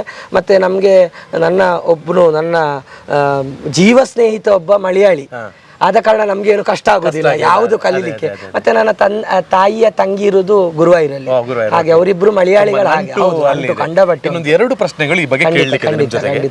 ಅಲ್ಲಿ 2 ಆನೆಗಳು ಬಲಿ ಬಂದು ಅಲ್ಲಿಯ ಒಂದು ವಿಶೇಷತೆಗೆ ಇನ್ನಷ್ಟು ಆಕರ್ಷಣೆ ಆಗ್ತದೆ ನಮಗೆ. ನಮ್ಮ ಮಾತಿನಲ್ಲಿ ಹೇಳಿದ್ರೆ ಆಕರ್ಷಣೆ. ಈ ಆನೆಗೂ ಕೊಟ್ಟಿಯೂರಿಗೂ ಅಕ್ಕರೆ ಕೊಟ್ಟಿಯೂರಿಗೂ ಏನು ಸಂಬಂಧ ಅಂತ ನೋಡಿ. ನೀವು ಕೇಳಿದ ಪ್ರಶ್ನೆ ಒಳ್ಳೆ ಪ್ರಶ್ನೆ. ಆದ್ರೆ ಕೇರಳಕ್ಕೆ ವರ್ಷಕ್ಕೆ ಒಂದಾವರ್ತಿ ಯಾವುದಾದ್ರೂ ಬೇರೆ ದೇವಸ್ಥಾನಕ್ಕೆ ಹೋದವನಿಗೆ ಇದು ಗೊತ್ತಿರ್ತದೆ. ಯಾಕೆ ಗೊತ್ತುಂಟೋ, ನಮ್ಮ ಊರಿನಲ್ಲಿ ದೇವರನ್ನ ತಲೆಯಲ್ಲಿ ಹೊತ್ತು ಬಲಿ. ಕೇರಳದಲ್ಲಿ ಹೆಚ್ಚಿನ ದೇವಸ್ಥಾನಗಳಲ್ಲಿ ಆರ್ಥಿಕವಾಗಿ ಸುದೃಢವಾಗಿದ್ದಂತಹ ದೇವಸ್ಥಾನದಲ್ಲಿ ಆನೆಯಲ್ಲೇ ಬಲಿ. ಎಲ್ಲ ದಿಕ್ಕಲ್ಲಿ ಗುರುವಾಯೂರಲ್ಲಿ ನೋಡಿರ್ಬೋದು. ಹಾಗೆ ಶಬರಿಮಲೆಯಲ್ಲಿ ವಿಶೇಷ ಸಂದರ್ಭದಲ್ಲಿ ದೇವರು ಆರಾಟಕ್ಕೆ ಬರುದೇ ಪಂಪೆಗೆ ಆನೆ ಮೇಲೆ ಪಂಪ ಗಣಪತಿಯಲ್ಲಿ ದೇವರು ಆರಾಟಕ್ಕೆ ಬಂದು ಆರಾಟ ಮಾಡಿ, ಆರಾಟ ಸ್ನಾನ ಆಗಿ ಜಳಕ ಆಗಿ ಪಂಪಾ ಗಣಪತಿಯಲ್ಲಿ ಒಂದು ದಿವಸ ನಿಂತು ಮರುದಿವಸ ದೇವರು ಬೆಳಿಗ್ಗೆ ಹೋಗುವುದು ಆನೆಯಲ್ಲಿ. ಇದು ಅಲ್ಲಿಯ ಬಲಿಯನ್ನ ಹೇಳುವಂಥದ್ದು ಶೀವೇಲಿ ಅಂತ, ಶ್ರೀಭೂತ ಬಲಿ. ಇದನ್ನ ಒಟ್ಟಾಗಿ ಹೇಳುವಾಗ ಮಲಯಾಳ ವೊಕ್ಯಾಬುಲರಿ ಶೀವೇಲಿ. ಆ ಆನೆಯ ಮೇಲಿನ ಶೀವೇಲಿ ತುಂಬಾ ವಿಶೇಷ. ಈ ವಿಶೇಷವೇ ಇಲ್ಲಿ ಉಂಟು ಅಷ್ಟೇ, ಮತ್ತೇನಿಲ್ಲ. ಈ ಆನೆಗಳು ಬರುವುದು ಒಂದು ನಿರ್ದಿಷ್ಟವಾದ ದಿನದಲ್ಲಿ. ಅದು ಮೊನ್ನೆ 8ನೇ ತಾರೀಕಿಗೆ ರಾತ್ರಿ 9ನೇ ತಾರೀಕಿಗೆ ರಾತ್ರಿ ಭಂಡಾರಂ ಎಳೆದಾಳ್ತು ಅಂತ ಇಲ್ಲಿಗೆ ಉಪಯೋಗ ಮಾಡುವಂತಹ ಚಿನ್ನದ ಕೊಡ, ಬೆಳ್ಳಿಯ ಕೊಡ ನಾನು ಆಗ ಹೇಳಿದ್ದು, ಮತ್ತೆ ಬಾಕಿ ಸಾಧನಗಳು, ಪಾತ್ರೆ ಪಗಡೆಗಳೆಲ್ಲವೂ ಬರುದು ಒಂದು ದೇವಿಯ ದೇವಸ್ಥಾನದಿಂದ. ಒಂದು ದೈವ ಕಟ್ಟಿ ದೈವದ ಎದುರು ಆ ಟ್ರೆಷರಿಯಿಂದ ತೆಗೆದು ಕಳಿಸುದು. ಯಾಕಂತ ಹೇಳಿದ್ರೆ ನಮ್ಮೂರಿನಲ್ಲಿ ಹೇಗೆ ದೈವ ಉಂಟಾ, ಕೇರಳದ ಉತ್ತರ ಮಲಬಾರ್ ಈ ಮಲಬಾರ್ ಅಂತ ಹೇಳಿದ್ರೆ ಕಣ್ಣೂರು, ಕಾಸರಗೋಡು, ಕಣ್ಣೂರೆಲ್ಲ ಉತ್ತರ ಮಲಬಾರ್, ಪಾಲಕ್ಕಾಡು, ಕೊಯ್ಕೋಡೆಲ್ಲ ದಕ್ಷಿಣ ಮಲಬಾರ್, ಕೆಳಗಿರುವ ಮಲಬಾರ್. ಈ ಮಲಬಾರಿನಲ್ಲಿ ದೈವಗಳಿಗೆ ನಮ್ಮೂರಿನಲ್ಲಿ ಹೇಗೆ ಉಂಟಾ ಹಾಗೆಯೇ ಪ್ರಶಸ್ತ ಉಂಟು. ಹಾಗೆ ಪ್ರಶಸ್ತ ಅಲ್ಲಿಯ ಆ ದೈವಗಳಿಗೆ ಅಷ್ಟು ಮಾನ್ಯತೆ ಉಂಟು. ಒಂದು ದೈವ ಕಟ್ಟಿ ದೈವದ ಎದುರೇ ಇದನ್ನ ತೆಗೆಯುವುದು. ಯಾಕಂದ್ರೆ ಮನುಷ್ಯನ ಮೇಲೆ ಈಶ್ವರನಿಗೂ ನಂಬಿಕೆ ಇಲ್ಲ, ದೈವ ಬೇಕು ಅದನ್ನ ಕಾಯ್ಲಿಕ್ಕೆ ಅಂತ. ಈಗ ನಮ್ಮಲ್ಲೆಲ್ಲ ಉಂಟಲ್ಲ, ಈ ದೇವರನ್ನ ಭೇಟಿಯಾಗ್ಲಿಕ್ಕೆ ದೈವ ಬರುದು, ಅಥವಾ ದೇವರು ಪುತ್ತೂರಿನ ದೇವರು ಜಳಕಕ್ಕೆ ಹೋಗುವಾಗ ಅಂಗನ ಇದು ರಕ್ತೇಶ್ವರ ಅಂಗನ ಕಾಯುದು ಅಂತ ಹಾಗೆ ಉಂಟು. ಪುನಃ ತೆಗ್ದಿಡುವಾಗ ಸಹ ದೈವಕ್ಕೆ ನೇಮ ಆಗಬೇಕು, ದೈವದ ಎದುರೇ ತೆಗ್ದಿಡಬೇಕು. ಹೀಗೆಲ್ಲ ವಿಶೇಷತೆಗಳು ಉಂಟು. ಅಲ್ಲಿಗೆ ಬರುವಂತ ಭಂಡಾರಗಳು ವಯನಾಡಿಂದ ಬರ್ತದೆ ಅಂತ ಹೇಳುವಂತದ್ದು ಅದು ವಯನಾಡು ಕಲ್ಪನೆ ಅಥವಾ ಹೌದಾ ಏನು? ಇಲ್ಲ, ಅದು ಪರ್ಟಿಕ್ಯುಲರ್ ದೇವಸ್ಥಾನಗಳು ಉಂಟು. ಈಗ ವಯನಾಡು ಒಂದು ಊರಷ್ಟೇ, ಊರು. ಈಗ ಪುತ್ತೂರಿನಲ್ಲಿ ಒಂದು ಕಲ್ಲೆಗ ಬೇರೆ, ಮಲೆನಾಡು ಬೇರೆ. ಹಾಗೆ ವಯನಾಡು ಅಂತ ಹೇಳಿದ್ರೆ ಒಟ್ಟು ಏರಿಯಾ. ನಾನು ಆಗ ಹೇಳಿದ್ದು ಒಂದು ಆ ಭದ್ರಕಾಳಿಯ ವಾಳು ಅಂತ ಹೇಳ್ತಾರೆ, ವೀರಭದ್ರನ ವಾಳು ಅಂತ ಹೇಳ್ತಾರೆ, ಈಶ್ವರನ ಬಾಳು ಅಂತ ಹೇಳ್ತಾರೆ. ಅಂತೂ ನಂಬಿಕೆ ಈಗ ದಕ್ಷಿಣ ತಲೆಗಡದ ಬಾಳು ಅದು ಬರುದು ವಿಶೇಷ. ಅದೊಂದು ದೇವಸ್ಥಾನದಿಂದ ಅದನ್ನ ಆ ದೇವಸ್ಥಾನದ ಮೇಲ್ಶಾಂತಿ ಮಡಿಯಲ್ಲೇ ತರಬೇಕು. ಭಂಡಾರ ಈಗ ಹೇಗೆ ನಮ್ಮಲ್ಲಿ ದೈವಸ್ಥಾನದಲ್ಲಿ ಈಗ ಬಲ್ನಾಡಿಂದ ಆಗಿರ್ಬೋದು, ಎಷ್ಟೋ ದಿಕ್ಕಲ್ಲಿ ದೇವರ ಭೇಟಿಗೆ ಬರುವಾಗ ಸ್ನಾನ ಮಾಡಿ ಪಾತ್ರಿಗಳು ಶುದ್ಧಾಚಾರದಲ್ಲಿ ದರ್ಶನದಲ್ಲಿ ಬರ್ತಾರೆ. ಹಾಗೆ ಇಲ್ಲಿ ನಂಬೂದರಿಗಳು ಧ್ಯಾನಸ್ಥರಾಗಿ ಸ್ನಾನ ಮಾಡಿ ಬಂದು ಹೊಸ ಬಟ್ಟೆಯಲ್ಲಿ ತಟ್ಟೆ ಕಚ್ಚೆ ಹಾಕಿ ಅದನ್ನ ತರುವಂತದ್ದು. ನಾಡ್ದು ಕೊಂಡೋಗೋದು ಅವರೇ ಹಾಗೆಯೇ ಕೊಂಡೊಯ್ಯುವುದು. ಇನ್ನು ಉಳಿದಂತೆ ಎರಡು ಪ್ರಶ್ನೆ ಏನಂತ ಹೇಳಿದ್ರೆ, ನಾವಲ್ಲಿ ಹೋಗುವಾಗ ನಮ್ಮ ವಸ್ತ್ರ ವಿನ್ಯಾಸಗಳು ಬಹಳ ಪ್ರಾಮುಖ್ಯತೆ. ಯಾವ ರೀತಿಯ ವಸ್ತ್ರಗಳಲ್ಲಿ ಹೋದ್ರೆ ಒಳ್ಳೇದು, ಮತ್ತೆ ಯಾವುದು ಅಲ್ಲಿ ನಾವು ಆ ಶಿವನ ಆಲಯವನ್ನ ಭೇಟಿ ಮಾಡೋದಕ್ಕೆ ಪ್ರಸಕ್ತವಾಗಿರುವಂತಹ ಸಮಯ? ಉದ್ಭವಲಿಂಗವಾದಂತಹ ಈ ಶಿವನ ಮೂರ್ತಿಯನ್ನ ನಮ್ಮ ಉಪ್ಪಿನಂಗಡಿಯ ಹಾಗೆ ವರ್ಷಕ್ಕೆ ಇಷ್ಟೇ ದಿನ ತೆಗೆಯುವುದು. ಈಗ ಉಪ್ಪಿನಂಗಡಿಯ ಮಕ್ಕೆ ಬೇರೆ ಅಲ್ಲ, ಅಷ್ಟೇ ಪ್ರಶಸ್ತವಾದಂತಹ ಜಾಗೆ, ಅಷ್ಟೇ ಪವರ್ಫುಲ್ ಜಾಗೆ ಉಪ್ಪಿನಂಗಡಿಯ ಮಕ್ಕೆ ಆಗುವ ಆ ದೇವರ ಮೂಲಲಿಂಗ ಇರುವ ಸ್ಥಳ. ಅದಕ್ಕೆ ನೋಡಿ ತುಳುವಲ್ಲಿ ಹೇಳುದು ನೀರಿಡು ಸಾಸಲಿಂಗ ದೇವರ ಮಂತಿ ಕಟ್ಟು ಅಂತ, ಹೊಳೆ ನಡುವಲ್ಲಿ ದೇವರು ಇರುವುದು. ಹಾಗೆ ಇಲ್ಲಿ ಆ ದೇವರು ಸಿಕ್ಕಿದ್ದು, ಕಾಡಿನ ಜನಗಳಿಗೆ ಸಿಕ್ಕಿದ್ದು ಬೆಳಿಗ್ಗೆ ಅಂತ ಲೆಕ್ಕ ಅಂತೆ. ಬೆಳಿಗ್ಗೆ ಬ್ರಾಹ್ಮಿ ಮುಹೂರ್ತಕ್ಕೆ, ಸೂರ್ಯೋದಯಕ್ಕಿಂತ ಮುಂಚೆ. ಈ ಬ್ರಾಹ್ಮಿ ಮುಹೂರ್ತಕ್ಕೆ ನಾವಲ್ಲಿ ಹೊಳೆಯಲ್ಲಿ ಸ್ನಾನ ಮಾಡಿ ಮಣ್ಣಿನ ಇದು ಇಟ್ಟು ನಾವು ಹೋದ್ರೆ ಉತ್ತಮ ಅಂತ ಹೇಳುವಂಥದ್ದು ಅಲ್ಲಿಯವರದ್ದೇ ಅಭಿಪ್ರಾಯ. ಮತ್ತೆ ಕೇರಳದಲ್ಲಿ ಸೂರ್ಯೋದಯಕ್ಕೆ ಮತ್ತೆ ಸೂರ್ಯಾಸ್ತಮಾನಕ್ಕೆ ಬಹಳ ಒಂದು ವಿಶೇಷತೆ. ಯಾಕೆಂತ ಹೇಳಿದ್ರೆ ಹಗಲಿನ ನಡು ಸಮಯವನ್ನ ಅವರು ಅಷ್ಟು ಮಧ್ಯಮ ಅಂತ ತಿಳ್ಕೊಳ್ತಾರೆ. ಸೂರ್ಯೋದಯ ಮತ್ತೆ ಸೂರ್ಯಾಸ್ತ ಆಗುವಂತಹ ಸಮಯ ಬಹಳ ಉತ್ತಮ ಅಂತ, ಇದೇ ಹೊತ್ತಿಗೆ ಅಲ್ಲಿ ಹೋದ್ರೆ ಉತ್ತಮ ಅಂತ ನನ್ನದೊಂದು ಅಭಿಪ್ರಾಯ. ಮತ್ತೆ ನಮ್ಮ ಅಲ್ಲಿಗೆ ಹೋಗುವಾಗ ಅಂಗಿ ತೆಗಿಲೇಬೇಕು. ಆ ವಾವಲಿ ನದಿಯನ್ನ ದಾಟುವಾಗ ಅಲ್ಲಿ ಅಂಗಿ ತೆಗೆದು ನಾವು ಆ ಹೊಳೆಯನ್ನು ದಾಟುವಾಗ್ಲೇ ನಾವು ಆ ದಿರಿಸಿನಲ್ಲಿ ಇರಬೇಕು. ಮುಂಡು ಅಂಗಿ ತೆಗೆದೊಂದು ಬೈರಸ್ ನಮ್ಮನ್ನು ಪೂರ್ತಿ ಮುಚ್ಚಿಕೊಂಡು ಆ ದೇವನನ್ನ ಟ್ರೆಡಿಷನಲ್ ಡ್ರೆಸ್ ಅಲ್ಲಿ ನಮ್ಮ ಹಿರಿಯರಿಗಿದ್ದಂತಹ ಮನಸ್ಥಿತಿಯನ್ನು ನಾವು ಒಳಗೆ ಇಟ್ಟುಕೊಂಡು ನೋಡಿ ದೇವರನ್ನ ಸ್ಮರಿಸುವುದು, ಸ್ತುತಿಸುವುದು ಉತ್ತಮ ಅಂತ ನನ್ನ ಅಭಿಪ್ರಾಯ. ಹೌದು. ಮತ್ತೆ ಈಗೆಲ್ಲ ತುಂಬಾ ಬದಲಾವಣೆ ಆಗಿದೆ. ಈ ಸರ್ತಿ 80 ಲಕ್ಷ ಖರ್ಚು ಮಾಡಿ ಕೇರಳ ದೇವಸ್ವಂ ಬೋರ್ಡು ಟಾಯ್ಲೆಟ್ ಎಲ್ಲ ನಿರ್ಮಾಣ ಆಗಿದೆ. ಇಲ್ಲಾದ್ರೆ ಅದೆಲ್ಲ ಇರ್ಲಿಲ್ಲ, ಮುಂಚೆ ಎಲ್ಲ ಇರ್ಲಿಲ್ಲ, ಯಾವುದು ಇರ್ಲಿಲ್ಲ. ಮತ್ತೆ ಅಲ್ಲಿ ಈಚಿಂದ ನಮ್ಮ ದಕ್ಷಿಣ ಕನ್ನಡದಿಂದ ಹೋಗುವವರೆಲ್ಲರೂ ಅಪ್ಪಗಜ್ಜಾಯ ಉಂಡ, ಪಂಚಗಜ್ಜಾಯ ಉಂಡ ಅಂತೆಲ್ಲ ಕೇಳ್ತಾರೆ. ಅಲ್ಲಿ ಅಂತ ಕ್ರಮಗಳು ಯಾವುದೂ ಇಲ್ಲ. ಸ್ತುತಿಯೇ. ಈಗ ನನ್ನ ಮನೆಯಲ್ಲಿ ಮಾತ್ರ ನಾನು ನಿಮ್ಮನ್ನು ಬರ್ಲಿಕ್ಕೆ ಹೇಳ್ತೇನೆ, ನೀವೆಂತದ್ದು ಮಾಡ್ಲಿಕ್ಕಿಲ್ಲ. ದೈವವನ್ನ ಕಣ್ಣಾರಿ ನೋಡಿ ಸ್ತುತಿ, ಅದೇ ಪ್ರಧಾನ. ಮತ್ತೆ ನಾನು ಏನಾದ್ರೂ ಒಂದು ಉದ್ದೇಶ ಇದ್ರೆ, ಯಾವ್ದಾದ್ರು ತಂದೆ ತಾಯಿಗಳಿಗೆ ನಮ್ಮ ಮಕ್ಕಳಿಗೆ ಮದುವೆ ಆಗಬೇಕು ಅಂತಿದ್ರೆ ಅಥವಾ ಸ್ವಂತ ಇದ್ರೆ ಹೋಗಿ ಈ ಸರ್ತಿ ಸ್ವಲ್ಪ ಮಲಯಾಳ ಗೊತ್ತಿದ್ರೆ ಉತ್ತಮ, ಇಲ್ಲದಿದ್ರೆ ಭಾರಿ ಕಷ್ಟ. ಅಲ್ಲಿ ಅವರಿಗೆ ಸ್ವಲ್ಪ ಬಾಕಿ ಭಾಷೆಗಳು ಕಮ್ಮಿ, ಇಂಟೀರಿಯರ್ ಕೇರಳ ಹಾಗೆ. ತಮಿಳು ಎಲ್ಲ ಬರ್ತದೆ, ಹಿಂದಿ ಎಲ್ಲ ಅಡ್ಜಸ್ಟ್ ಮಾಡ್ತಾರೆ. ಈ ಬೆಳ್ಳಿಯ ಕಲಶ ಸೇವೆ ಮಾಡಿ ಪ್ರಾರ್ಥನೆ ಮಾಡಿ ಬರುದು. ಬರುವ ವರ್ಷ ಚಿನ್ನದ ಕಲಶ ಅವರು ತಗೊಳ್ತಾರೆ. ಇದು 1,000 ಸೇವೆ, ಅದು 1,500 ಸೇವೆ. ಹೌದು. ಮತ್ತೆ ಯಾವುದೇ ವಸ್ತುಗಳನ್ನು ನಾವು ಅರ್ಪಣೆ ಮಾಡ್ಲಿಕ್ಕೆ ಇಲ್ಲ. ಯಾವುದೇ ಅರ್ಪಣೆ ಮಾಡುವ ಕ್ರಮವಿಲ್ಲ. ಈಗ ತಿರುಪತಿಗೆ ಎಂತ ಉಂಟು? ಹಣ ಮಾತ್ರ. ನಾವು ದುಡಿದಲ್ಲಿ ಒಂದು ಪಾಲು ಅವರಿಗೆ ಅಂತ. ತಿರುಪತಿಯ ದೇವರ ಭಾವ ಹಾಗೆ, ಆ ದೇವರ ಒಳಗಿರುವ ಆ ವ್ಯವಸ್ಥೆ ಹಾಗೆ. ತಿರುಪತಿಯ ದೇವರು ಕಾಂಚನ ಬ್ರಹ್ಮ ಅಂತ ಹೇಳೋದು ಹಾಗೆ. ಅಂದ್ರೆ ಅವರಿಗೆ ಚಿನ್ನ ಅಥವಾ ದುಡ್ಡು ಹಾಕಿದ್ರೆ ನಿಮಗೆ ಒಲಿಯುವುದು. ಅದೆಷ್ಟು? 1 ಕೋಟಿ ಹಾಕಬೇಡ, 1 ರೂಪಾಯಿ ಹಾಕಿ ಅದಿರುದು. ದುಡ್ಡು ಒಲಿಪೇರ ದೇವರು ಅಂತ ಕೇಳಿದ್ರೆ ಹಾಗೆಲ್ಲ. ಮತ್ತೆ ಕೊಟ್ಟಿಯೂರಿಗೆ ಹೋಗುವಾಗ ಯಾವತ್ತೂ ಸ್ವಲ್ಪ ವೃತ್ತ ನಿಯಮ ಇರಲಿ ಎಲ್ಲರ ಹತ್ರ ಅಷ್ಟೇ. ಎಲ್ಲ ಕೇರಳದಲ್ಲಿ ಆ ವೃತ್ತ ನಿಯಮಗಳು ತುಂಬಾ ಮರ್ಯಾದೆ ಉಂಟು. ಮತ್ತೆ ಅಂತಹ ಕಾಡಿನ ಮಧ್ಯದ ಬನಗಳಿಗೆ ಸರಿಯಾದಂತಹ ಆ ಜಾಗಿಗೆ ಹೋಗುವಾಗ ವೃತ್ತ ನಿಯಮ ಇದ್ರೆ ತುಂಬಾ ಒಳ್ಳೇದು. ನಾಳ್ದಾಗುವ ಅನುರಾಧ ನಕ್ಷತ್ರದ ಮಘ ನಕ್ಷತ್ರದ ಮತ್ತೆ ಹೆಂಗಸರು ಮೋಸ್ಟ್ಲಿ ಹೋಗ್ಲಿಕ್ಕಿಲ್ಲ. ಮತ್ತೆ ತ್ರಿಕ್ಕಲ ಶಾಟ್ ಮತ್ತೆ ಎಂಥದೋ ಒಂದು ಕ್ರಮ ಆಗಿ ಅಲ್ಲಿ ಅದನ್ನೆಲ್ಲ ತೆಗೆದು ಇದು ಪೊರ್ಪಿ ತೆಗೆದು ಅಲ್ಲಿಗೆ ಮುಗಿತದೆ. 28 ದಿನಗಳು ವೈಶಾಖ ಮಹೋತ್ಸವ ಕೊಟ್ಟಿಯೂರು ಪೆರುಮಾಳಿಗೆ ಮತ್ತೆ ಅಮ್ಮನಿಗೆ ಆಗುವಂತಹ ಆ ವೈಶಾಖ ಮಹೋತ್ಸವ 28 ದಿನದಕ್ಕೆ ಅಲ್ಲಿಗೆ ತೆರೆ ಎಳಿತಾರೆ. ಸಾಕಷ್ಟು ಕಳೆದ ವರ್ಷದವರೆಗೆ ಕೇರಳದವರೇ ಅಲ್ಲಿಗೆ ಸಂದರ್ಶಿಸ್ತಾ ಇದ್ರು.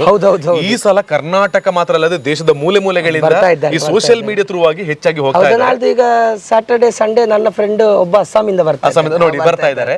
ಹಾಗಿರುವಾಗ ಕನ್ನಡದಲ್ಲಿ ಪ್ರಪ್ರಥಮವಾಗಿ ಇಷ್ಟು ಕ್ಲಿಯರ್ ಆಗಿ ಇದರ ಪೂರ್ತಿ ಇನ್ಫಾರ್ಮೇಶನ್ ಅನ್ನು ಕೊಟ್ಟಿರ್ತಕ್ಕಂಥದ್ದು ನಾವೇಂತ ಹೇಳೋದಕ್ಕೆ ನಮಗೆ ಹೆಮ್ಮೆ ಇದೆ. ಜೊತೆಗೆ ನಿಮಗೆ ತಿಳಿದಿರುವಂತಹ ಸಂಪೂರ್ಣವಾಗಿರುವಂತಹ ಜ್ಞಾನವನ್ನ ನಮ್ಮ ಮೂಲಕವಾಗಿ ಇಡೀ ಜಗತ್ತಿಗೆ ಕನ್ನಡದಲ್ಲಿ ಹಂಚಿದ್ದೀರಿ. ಆ ಭಗವಂತ ಕೊಟ್ಟಿಯೂರಿನ ಶಿವ, ಪಾರ್ವತಿ, ಪುತ್ತೂರಿನ ಮಾಲಿಂಗೇಶ್ವರ, ನಾವು ನಂಬತಕ್ಕಂಥ ಬಲ್ನಾಡಿನ ಉಳ್ಳಾಲ್ತಿ ದಂಡನಾಯಕ ಅಮ್ಮ ನಿಮಗೆ ಸದಾಕಾಲ ಆಯುಷ್ ಆರೋಗ್ಯ ಭಾಗ್ಯವನ್ನ ಕೊಡ್ಲಿ ಸರ್. ನಾವು ಇನ್ನಷ್ಟು ಈ ರೀತಿಯ ಗೊತ್ತಿಲ್ಲದ ವಿಚಾರಗಳ ಬಗ್ಗೆ ಮುಂದಿನ ದಿನಗಳಲ್ಲೂ ಜನರಿಗೆ ತಿಳಿಸುವಂತ ಪ್ರಯತ್ನವನ್ನ ಮಾಡೋಣ ಅಂತ ಕೇಳ್ತೀನಿ. ಸೊ ನಿಮಗೆ ತುಂಬಾ ಥ್ಯಾಂಕ್ ಯು, ಧನ್ಯವಾದಗಳು. ನಿಮಗೆ ಹೇಗೆ ಅನ್ನಿಸ್ತು. ಕೊನೆಯದಾಗಿ ಏನ್ ಹೇಳ್ತೀರಾ ಅಂತ? ಅದೇ ಏನಿಲ್ಲ, ಎಲ್ಲರಲ್ಲಿ ನನ್ನದೊಂದು ವಿಜ್ಞಾಪನೆ ಏನು ಅಂತ ಹೇಳಿದ್ರೆ, ದೊಡ್ಡ ದೊಡ್ಡ ಕ್ಷೇತ್ರಗಳಲ್ಲಿ ಈಗ ನಾನು ದೈವದ ಚಾಕರಿ ಮಾಡುವವ, ಎಲ್ಲರಕ್ಕಿಂತ ಮುಂಚೆ ನಾವು ದೈವಸ್ಥಾನಕ್ಕೆ ಎತ್ತುತ್ತೇವೆ, ಎಲ್ಲರಿಂದ ಮತ್ತೆ ನಾವು ಹೊರಡುದು. ಈ ಎತ್ತುವಾಗ ದೈವಸ್ಥಾನ ತುಂಬ ಕ್ಲೀನ್ ಇರ್ತದೆ, ನೇಮ ಆಗಿ ಎಲ್ಲರೂ ಹೋದ ಮೇಲೆ ನಮಗೆ ಅಲ್ಲಿಂದ ಹೋಗುವಾಗ ಬೇಸರ ಆಗ್ತದೆ. ಸಿಕ್ಕಿದಲ್ಲಿ ಐಸ್ ಕ್ರೀಮ್ ಕಪ್ಪುಗಳು, ಸಿಕ್ಕಿದಲ್ಲಿ ಉಗಿಯುವುದು, ಎಲೆ ಅಡಿಕೆ ತಿಂದು, ಸಿಕ್ಕಿದಲ್ಲಿ ಚಪ್ಪಲಿ ಬಿಸಾಡುದು, ಇಂತಹ ಯಾವುದೇ ವರ್ತನೆಗಳನ್ನು ಜನಗಳು ಧಾರ್ಮಿಕ ಕ್ಷೇತ್ರದಲ್ಲಿ ನಿಲ್ಲಿಸಬೇಕು, ಕೊಟ್ಟಿಯೂರಿನಲ್ಲಿ ನಡೆಸಬಾರ್ದು. ನಮ್ಮಿಂದಾಗಿ ಇಷ್ಟರವರೆಗೆ ಬರದಂತಹ ಜನಸಮೂಹ ಈಗ ಬರಲಿಕ್ಕೆ ಶುರುವಾಗಿ ನಮ್ಮ ಕ್ಷೇತ್ರ ಹಾಳಾಯ್ತು ಅಂತ ಹೇಳುವಂತಹ ಮಾತು ಅಲ್ಲಿನವ್ರ ಹತ್ರ ಬರಬಾರ್ದು. ಮತ್ತೆ ಹೋಗುವಾಗ ನಾನು ಹೇಳಿದ ಹಾಗೆ ಇದು ಅಲ್ಲಿಯವರೇ ನನಗೆ ಹೇಳಿಕೊಟ್ಟದ್ದು, ನಾನು ಹೇಳಿದ್ದಲ್ಲ. ಆ ಈಶ್ವರ ದೇವರ ಭಾವ, ಈಶ್ವರ ದೇವರ ಒಳಗಿರುವಂತಹ ಆ ಒಂದು ಎಂಥ ವಿಷಯ ಉಂಟು, ಅದೆಂತ ಅಂತ ಹೇಳಿದರೆ ವಿವಾಹಕ್ಕೆ ಸಂಬಂಧಪಟ್ಟ ಬೇಜಾರಿನಲ್ಲಿ ಕೂತ ಈಶ್ವರ ಅಲ್ಲಿ ಈಶ್ವರ ದೇವರಿಗೆ ಬೇಜಾರಂತಲ್ಲ, ಅವ್ರು ಫಸ್ಟಿಗೆ ಕೂತದ್ದು ಹಾಗೆ, ಈಗ ಅವ ಅನುಗ್ರಹಿಸ್ತಾನೆ. ನಾವಲ್ಲಿಗೆ ಏನು ಬೇಜಾರು ತಗೊಂಡು ಹೋದ್ರು ಆ ಬೇಜಾರನ್ನು ಅವನಿಟ್ಟುಕೊಂಡು ಖುಷಿಯನ್ನು ನಮಗೆ ಅವ ಕೊಡ್ತಾನೆ. ಇದು ಎಲ್ಲರಿಗೂ ತಿಳಿದಿರಲಿ. ಮತ್ತು ಧಾರ್ಮಿಕವಾದಂತಹ ಆಚರಣೆಗಳಿಗೆ ನಮ್ಮ ಒಡಲಿನಲ್ಲಿರುವಂತಹ ಭಕ್ತಿ ಅದು ಬತ್ತದೇ ಇರಲಿ. ಎಲ್ಲರೂ ಭಕ್ತರಾಗಿಯೇ ಹುಟ್ಟುವಾಗ ಹೇಗೆ ಹುಡ್ತೇವೆ, ಯಾವ ಜಾತಿಯಲ್ಲಿ ಹುಡ್ತೇವೆ, ಅದು ಯಾವುದೂ ದೊಡ್ಡದಲ್ಲ. ನಮ್ಮ ಜೀವಮಾನದಲ್ಲಿ ಆ ಭಕ್ತಿ ನಮ್ಮ ಒಡಲಿನಲ್ಲಿ ಬತ್ತದ ಹಾಗೆ ನಾವು ನೋಡಿಕೊಳ್ಳುವಂತ ಹೇಳುವಂಥ ಒಂದು ವಿಜ್ಞಾಪನೆ. ಮತ್ತು ಅದೇ ಒಂದನ್ನು ನಾನು ಆಶಿಸ್ತಾ ಆ ದೇವರ ಹತ್ರ, ಕೊಟ್ಟಿಯೂರಪ್ಪ ಪೆರುಮಾಳಿನ ಹತ್ರ ನಾನು ಅನುಗ್ರಹವನ್ನು ಬೇಡ್ತಾ ಈ ವಿಷಯ ಎಲ್ಲರಿಗೂ ಸಹ ಗೊತ್ತಾಗಲಿ ಅಂತ ನಾನು ಆಶಿಸ್ತಾ ನನ್ನ ಮಾತಿಗೆ ನಾನು ಕೊನೆ ಮಾಡ್ತೇನೆ. ಥ್ಯಾಂಕ್ ಯು, ಧನ್ಯವಾದಗಳು. ಇದು ನಾವು ಕೊಟ್ಟಿಯೂರಿನ ಬಗ್ಗೆ ಕನ್ನಡದಲ್ಲಿ ಮಾಡಿರುವಂತಹ ವಿಶೇಷವಾಗಿರುವಂತಹ ಸಂಚಿಕೆ. ಇದು ಶ್ರೀಯುತ ಶಶಾಂಕ್ ನೆಲ್ಲಿತಾಯರ್ ಅವರಿಗೂ ಕೂಡ ನಮ್ಮೆಲ್ಲರ ಪರವಾಗಿ, ನಿಮ್ಮ ಪರವಾಗಿ ಧನ್ಯವಾದವನ್ನು ಸಲ್ಲಿಸಿದ್ದೇನೆ. Thank you so much.